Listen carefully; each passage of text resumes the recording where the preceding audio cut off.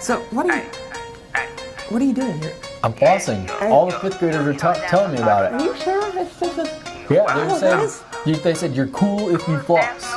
So It's kind of fun. I don't know. Yeah, guys, We're recording.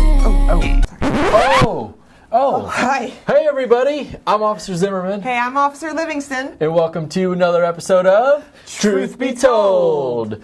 What are we talking about today? So today we're talking about bagels.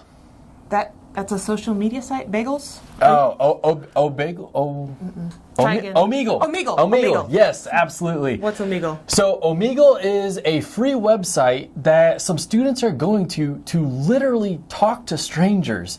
Now there's two options for Omegle. A user can opt to use the chat function, which is just typing back and forth with a stranger, or the user can actually choose to match with a stranger via live video, similarly to like FaceTime on an iPhone. So you're telling me that we have children that are actually using this app? Surely they're being exposed to some inappropriate content. Yes, absolutely, and it's heartbreaking. Just in the amount of time that I spent doing research on the website, several inappropriate messages had been sent to me, and rumor has it there's even actual nudity on the website as well that's not being censored. So what are the age requirements for Omegle? So Omegle requires its users to be at least 13 years old. If you're under the age of 18, they require a parent or guardian consent. Mm-hmm. However, Omegle is not monitoring this. They are not making sure that every user is actually 13 years old. They just trust that that user is abiding by their policy rules. So they're basically just checking a box and scrolling on. Yes, absolutely. All right. So we know talking to strangers isn't exactly safe, but what about the website itself? What does it do behind the scenes? So similarly to TikTok, Omegle already says that they know your IP address. They're looking at your web browser history, your cookies, your geolocation, whole bunch of things behind the scenes. For a full list, check out their terms of service and their privacy policy to see what all they're actually tracking when you're on their website.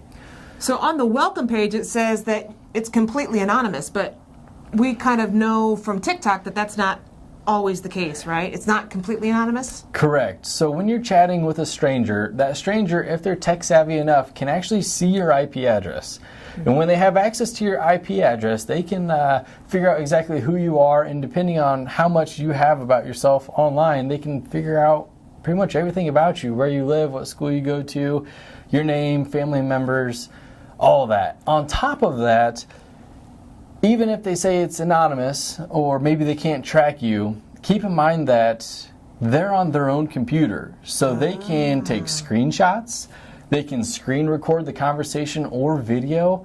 So you might think that as soon as you click exit chat, it's gone forever. Not really true. Never the case if it's on the internet, right? No. All right. Thanks so much, guys, for joining us on this episode of Truth Be Told. Next time, we're going to be talking about Snapchat. Yes, Snapchat. Yeah.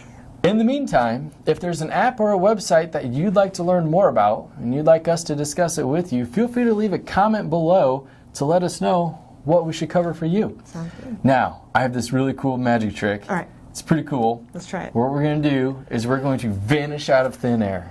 You ready for this? Okay, let's see what we got. I saw this on the internet. It worked really well. It's on the internet. So hold this up. Okay. Okay, Right. and then we're going to run away. Okay. Okay, you ready? Abra, 1, 2, Cadabra.